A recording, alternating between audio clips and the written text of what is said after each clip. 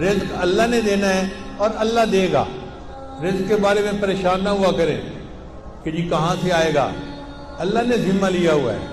ایک مرتبہ ایک آدمی میرے پاس آیا, بہت اچھی پرسنالٹی تھی, لکھا پڑھا بندہ نظر آتا تھا, مگر زاروں قطار رونے بیٹھ گیا, آنسو ٹپ ٹپ گر رہے تھے.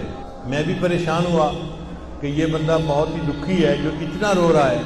خیر تھوڑی دیر کے بعد میں نے ان سے پوچھا کہ جی آپ بیٹھے رو ہی رہے ہیں, آپ کوئی بات کریں. اس نے کہا جی میں ایک گورنمنٹ آفیسر تھا اور ان دنوں گولڈن شیک ہینڈ والی ترتیب چلی تھی کہ گورنمنٹ کہتی تھی کہ جو بندہ اپنی ریٹائرمنٹ لے لے گا ہم اسے منافع بھی دے دیں گے اور وہ پھر کوئی اور کام کر کے اپنی زندگی گزارے. گورنمنٹ کو فائدہ یہ تھا کہ ورکر کم ہو جائیں گے اور ورکر کو فائدہ یہ تھا کہ ایک ہی وقت میں پیسے مل جائیں گے تو مکان خرید لیں گے, بیٹی کی شادی کر لیں گے, یا فلاں کر لیں گے یا فلاں کر لیں گے. وہ کہنے لگا کہ مجھے تقریباً 16 لاکھ روپیہ ملے جو بینیفٹ کے تھے. میں نے اور بیوی نے مشورہ کیا کہ ہم اس کو رکھ دیتے ہیں اور اپنے گزارے کے لیے میں کہیں پہ جاب کر لیتا ہوں چھوٹی موٹی, اور روٹی ہم کھا ہی لیں گے اور یہ پیسے بچوں کی تعلیم اور ان کی شادیوں کے کام آئیں.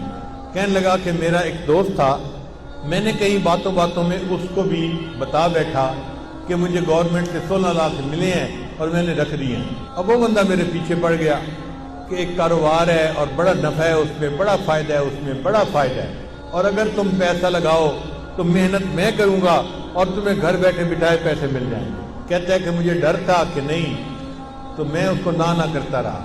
بالآخر ایک دن میری بیوی نے پوچھا کہ کیا مسئلہ ہے, تم کسی گہری سوچ میں ڈوبے نظر آتے ہو, کیا پریشانی ہے؟ تو میں نے اسے بتا دیا کہ میرا ایک دوست ہے وہ مجھے کاروبار کے لیے کہہ رہا ہے. بیوی نے مشورہ دیا کہ آپ ایسا کریں کہ اس کو 16 لاکھ نہ دیں, اس کو 8 لاکھ دے دیں اور دیکھیں 8 لاکھ کا وہ آپ کو کیا فائدہ دیتا ہے, پتہ چل جائے گا 1 سال میں. تو اگر نقصان ہونا ہوا تو آدھے پیسوں میں ہوگا, پورے پیسوں میں تو نہیں ہوگا نا. کہتے ہیں مجھے بات اچھی لگی اور میں نے 8 لاکھ روپے اس بندے کو دے دیا. اس بندے نے کہا تھا جی آپ کو ہر مہینے 25-30 ہزار مل جایا کرے گا. اب ہر مہینے کی پہلی تاریخ کو وہ ہمارے گھر آ کے کیش یا چیک کو دے دیتا. میں نے ایک چھوٹی موٹی جاب شروع کر لی اور ہمارا گزارا بہت اچھا ہو گیا. 25-30 ہزار ادھر سے آ جاتے تھے, باقی ادھر سے مل جاتے تھے اور ہم آرام کی زندگی گزارے. 1 سال پورا اسی طرح گزر گیا. تو میری بیوی نے کہا کہ یہ تو بڑا اچھا کاروبار ہے کہ جس میں اتنے پیسے دینے سے ہمیں ہر مہینے اتنے پیسے مل جاتے ہیں. سال گزرا تو میرے دوست نے کہنا شروع کر دیا کاروبار تو بہت اچھا ہے لیکن ہم نے پیسے تھوڑے لگائے ہیں, اگر اور زیادہ لگا دیں تو اور نفع ہو جائے گا. میں نے بیوی کو بتایا, اس نے کہا ہم نے 1 سال آزمایا ہے, دیکھا ہے شریف آدمی ہے, اچھا آدمی ہے, وعدہ پورا کرتا ہے, تو آپ اس کو باقی بھی پیسے دے دیں. کہتے ہیں میں نے اس کو باقی 8 لاکھ بھی دے دیے. اب باقی 8 لاکھ دینے کی دیر تھی, اس نے تو نگاہیں بدل لی, فون میں بات کرنی چھوڑ دی.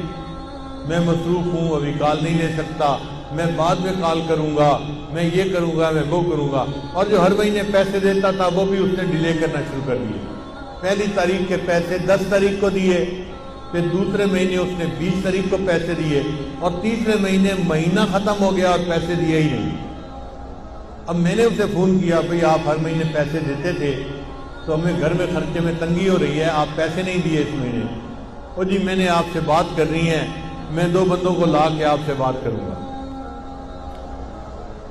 اب بات اس نے کیا کی, اس نے کہا جی کہ مجھے تو کاروبار میں نقصان ہو گیا ہے اور 16 لاکھ کے 16 لاکھ ختم ہو گئے ہیں, تو میرے پاس تو پیسہ ہی نہیں آپ کو دینے کے لیے. اور جو بندے لے کے آیا تھا وہ بھی اسی کے سائڈ کے تھے, اسی طرح کے. وہ بھی مجھے سمجھانے لگے اور کہنے لگے کاروبار میں لاس بھی ہو جاتا ہے, پروفٹ بھی ہو جاتا ہے. اب آپ نے اگر 1 سال پروفٹ کھایا ہے تو لاس ہو گیا تو لاس کو بھی برداشت کر لو. کہنے لگا میں بڑا پریشان کہ میرے 16 لاکھ روپے ختم ہو گئے. کہتے ہیں اس سے میں مقدمہ تو کر نہیں سکتا تھا, نہ میں لڑ سکتا تھا, وہ لڑائی میں مقدمے میں مجھ سے زیادہ تیز تھا. لیکن مجھے گلٹ تھا اندر ایک میرے صدمہ تھا کہ یہ میرے بچوں کے لیے پیسے تھے, میں اس کو محفوظ رکھتا تو بچوں کی پڑھائی میں کام آتے, بچوں کی شادیوں میں کام آتے، میں نے بچوں کے پیسوں کو ضائع کر دیا، لہذا میں نے خود یہ غلطی کی۔ کہنے لگا کہ اب میرے اندر اتنا گلٹ ہے کہ بس ہر وقت آنسو بہتے رہتے ہیں اور مجھے سمجھ نہیں آتی کہ میں کیا کروں۔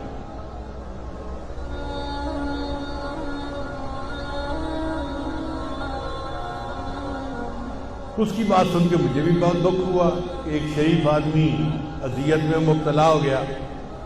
میں نے اسے تسلی دی، پھر تسلی دے کے میں نے اس سے پوچھا کہ مجھے یہ بتائیں کہ آپ کا رزق کہاں پہ ہے؟ کہنے لگا کیا مطلب؟ میں نے کہا آپ کا رزق زمین میں ہے یا آسمانوں میں ہے؟ کہتے جی آپ بتا دیں۔ میں نے کہا اللہ تعالیٰ فرماتے ہیں وَفِي السَّمَاءِ رِزْقُكُمْ، اور تمہارا رزق آسمانوں میں ہے۔ تو جب ہمارا رزق آسمانوں میں ہے تو ہمارا رزق کوئی ہتھیا نہیں سکتا، کوئی چوری نہیں کر سکتا۔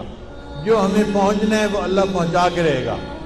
اگر کسی نے پہنچانے میں بدیانتی کی تو اللہ دوسرے ڈاکیے کے ذریعے سے پہنچا دیں گے، کسی اور طریقے سے پہنچا دیں گے۔ اللہ اس پر قادر ہے کہ اس کو پہنچائے۔ اس کو تھوڑا تسلی ہو گئی۔ میں نے کہا کہ دیکھیں آپ کا رزق تھا، اگر کسی نے آپ سے بدیانتی سے لے لیا آپ فکر مت کرو، اللہ آپ کو آپ کا رزق دوبارہ دے دیں گے، آپ پریشان نہ ہو۔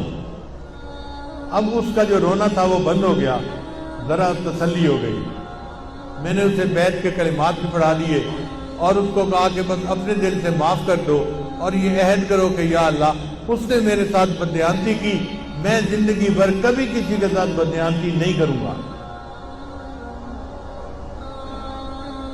اس نے یہ بھی وعدہ کر لیا۔ پھر میں نے کہا اچھا یہ بھی میرا وعدہ کرو کہ جب اللہ آپ کو آپ کی ضرورت سے زیادہ پیسہ دیں گے تو آپ زکوٰۃ پابندی سے ادا کریں گے۔ اس نے یہ بھی وعدہ کر لیا۔ لو جی میں نے دعائیں دے کے اس کو رخصت کیا۔ رخصت ہوتے ہوئے مجھ سے پوچھنے لگا حضرت اب میں کیا کروں؟ میں نے کہا کہ بھئی آپ کوئی ایسا کام شروع کریں جو پیسے کے بغیر ہوتا ہے، اللہ برکت دے دیں گے۔ تو ہنس پڑا، حضرت پیسے کے بغیر تو کام کوئی نہیں ہوتا۔ میں نے کہا سوچیں کوئی نہ کوئی کام ایسا نکل آئے گا، چاہے مزدوری کیوں نہ کرنی پڑے۔ لو جی وہ گیا اور اس نے گھر جا کے بیوی کو بتایا۔ اس کی بیوی کا غم بھی ختم ہو گیا کہ ہمیں ہمارا رزق اللہ دے دے گی۔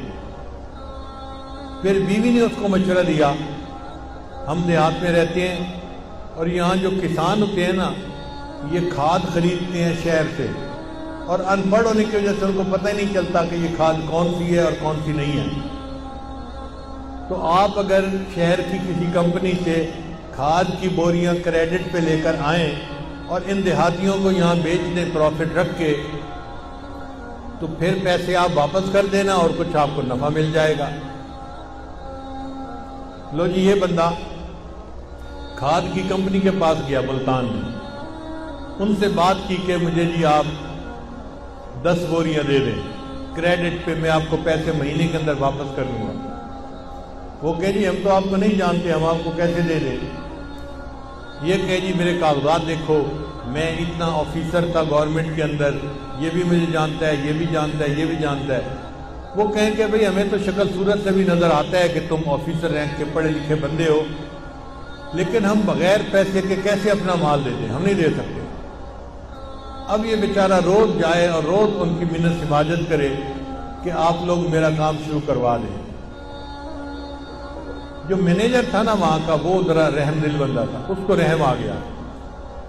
ایک دن وہ کہنے لگا دفتر والوں کو کہ بھائی اس کو 10 بوری کریڈٹ دے دو اور گارنٹی میری ڈال دو، اگر اس نے پیسے نہ بھی دیے تو 10 بوری کے پیسے میں ادا کر دوں گا کہ چلو مجھ سے غلطی ہوئی، لیکن اب اس بندے کو 10 بوری دے دو۔ اس بندے کو 10 بوری مل گئی، یہ لے آیا، اس نے آ کے کسانوں کو بیچی، ہر بوری پہ 50-50 روپیہ اس نے نفع رکھ لیا، تو 10 بوری کا اس کو اچھا بھلا فائدہ ہو گیا۔ چنانچہ پھر یہ 10 کی جگہ 20 بوری لینے لگ گیا، پھر 30 بوری لینے لگ گیا، پھر 50 بوری کرتے کرتے ایک وقت آیا کہ کمپنی والوں نے کہا جی ہم آپ کو پورا ٹرک کریڈٹ پہ دے دیتے ہیں۔ اب اس نے کریڈٹ پہ ٹرک لیا اور لوگوں کو تقسیم کی کھاد اور ان سے پیسے لے کے واپس دے دیے۔ پھر 1 ٹرک سے 2 ٹرک اور 3 ٹرک اور ٹرکوں میں کام شروع ہو گیا۔ اللہ کی شان دیکھیں، کوئی 6-7 سال کا عرصہ گزرا ہوگا، یہ بندہ ایک دن میرے پاس واپس آیا، مجھے کہتے ہیں الحمدللہ حضرت آج میں 16 کروڑ کی پراپرٹی کا مالک ہوں۔ 16 لاکھ اس کے ضائع ہوئے تھے، اللہ پہ توکل کی، اللہ نے برکت رزق میں ایسی دی کہ 16 کروڑ کی پراپرٹی کا وہ مالک بنے۔ تو ہم کیوں اس معاملے میں شک میں پڑے یا اپنے دل میں حرام لگائیں؟ دل میں تسلی رکھیں، اللہ نے جو ہمیں دیا ہے وہ اللہ نے ہمیں پہنچا کے رہنا ہے۔ جب اللہ نے پہنچا کے رہنا ہے تو ہم حرام کی طرف کیوں ہاتھ بڑھائیں؟ اس لیے جو چیز شک میں ڈالے اس کو چھوڑ کے اس طرف آ جاؤ جو چیز شک میں نہیں ڈالتی۔ اللہ تعالی ہمیں ایسے صاف پاک معاملات کرنے کی توفیق عطا فرمائے۔